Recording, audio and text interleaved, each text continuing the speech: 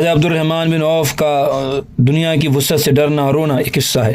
حضرت ابراہیم رحمۃ اللہ علیہ فرماتے ہیں کہ حضرت عبد الرحمن بن عوف نے روزہ رکھا ہوا تھا، روزہ کھولنے کے لیے ان کے پاس کھانا لایا گیا تو اسے دیکھ کر فرمایا حضرت مصعب بن عمیر مجھ سے بہتر تھے، انہیں شہید کیا گیا، پھر انہیں ایسی چادر میں کفن دیا گیا جو اتنی چھوٹی تھی کہ اگر ان کا سر ڈھانکا دیا جاتا تو ان کے پیر کھل جاتے اور اگر پیر ڈھکے جاتے تو ان کا سر کھل جاتا تھا۔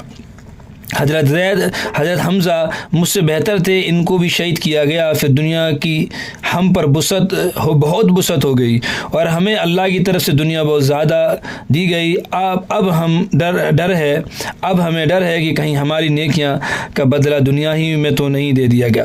پھر رونا شروع کر دیا جس کی وجہ سے وہ کھانا نہ کھا سکے۔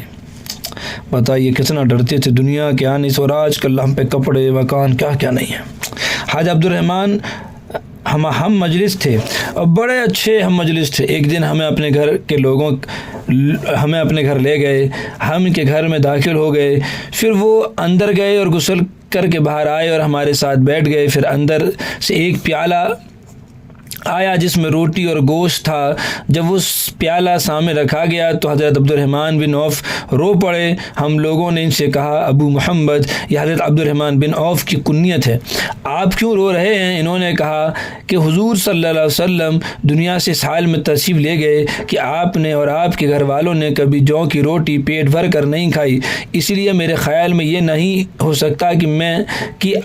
سکتا کہ اللہ ہمیں جو دنیا میں زندہ رکھا ہے اور دنیا کی وسعت ہمیں عطا فرمائی ہے، ہماری حالات حضور صلی اللہ علیہ وسلم کی حالات سے بہتر ہے اور ہمارے لیے اس میں خیر زیادہ ہے، یعنی خوب وسعت ہو رہی ہے مال و دولت کی۔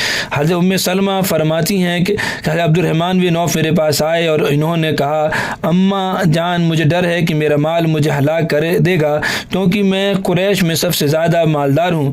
میں نے کہا کہ میرے بیٹے تم اپنا مال اور دوسروں پر خوب خرچ کرو، کیونکہ میں نے نبی اکرم صلی اللہ علیہ وسلم کی فرماتے ہوئے سنا ہے میرے بعض ساتھی ایسے ہیں جو جدا ہونے کے بعد مجھے دیکھ نہیں سکیں گے۔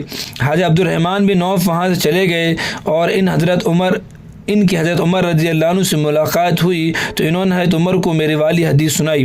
حدیث سن کر حضرت عمر رضی اللہ عنہ میرے پاس آئے اور فرمایا میں خدا کا واسطہ دے کر پوچھتا ہوں کہ کیا میں ان میں سے ہوں؟ میں نے کہا نہیں، آپ ان میں سے نہیں ہیں، اور آپ کہ اس سوال کا تو میں نے جواب دے دیا، لیکن آئندہ آپ کے بعد کسی کو نہیں بتاؤں گی کہ وہ ان میں سے نہیں ہیں۔ اللہ اکبر کبیرہ۔ اللہ تعالی ہم سب کو ایمان کامل پہ موت دے۔